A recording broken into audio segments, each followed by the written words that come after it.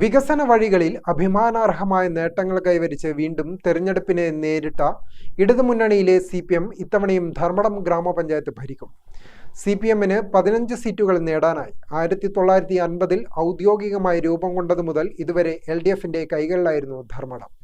18 വാർഡുകൾ ഉണ്ടായിരുന്ന പഞ്ചായത്തിൽ 2 എണ്ണം വർദ്ധിച്ച് ഇത്തവണ 20 വാർഡായി. മുഖ്യമന്ത്രി പിണറായി വിജയൻ പ്രതിനിധാനം ചെയ്യുന്ന നിയമസഭാ മണ്ഡലത്തിലെ പഞ്ചായത്ത് എന്ന നിലയിൽ അദ്ദേഹത്തിന്റെ ഇടപെടലും വൻ കുതിച്ചുചാട്ടമുണ്ടാക്കി. സർക്കാരിന്റെ പിന്തുണയോടെ കഴിഞ്ഞ 5 വർഷമായി പഞ്ചായത്തിൽ സർവതല സ്പർശിയായ വികസന പ്രവർത്തനങ്ങൾ നടപ്പാക്കി വരുന്നു. പദ്ധതികളിലെ ജനകീയത NK രവി പ്രസിഡന്റും K ഷീജ വൈസ് പ്രസിഡന്റുമായ ഭരണസമിതിക്ക് കക്ഷി രാഷ്ട്രീയത്തിന് അതീതമായ പിന്തുണ ഉറപ്പാക്കിയിരുന്നു.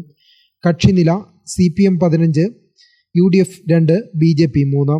കതിരൂർ ഗ്രാമപഞ്ചായത്തിൽ ആകെയുള്ള 20 സീറ്റിലും LDF വിജയിച്ചു. എരഞ്ഞോളി ഗ്രാമപഞ്ചായത്തിൽ 18 സീറ്റിൽ 16 LDFും 2 സീറ്റ് കോൺഗ്രസും കരസ്ഥമാക്കി. ഗ്രാമിക ന്യൂസ്, തലശ്ശേരി.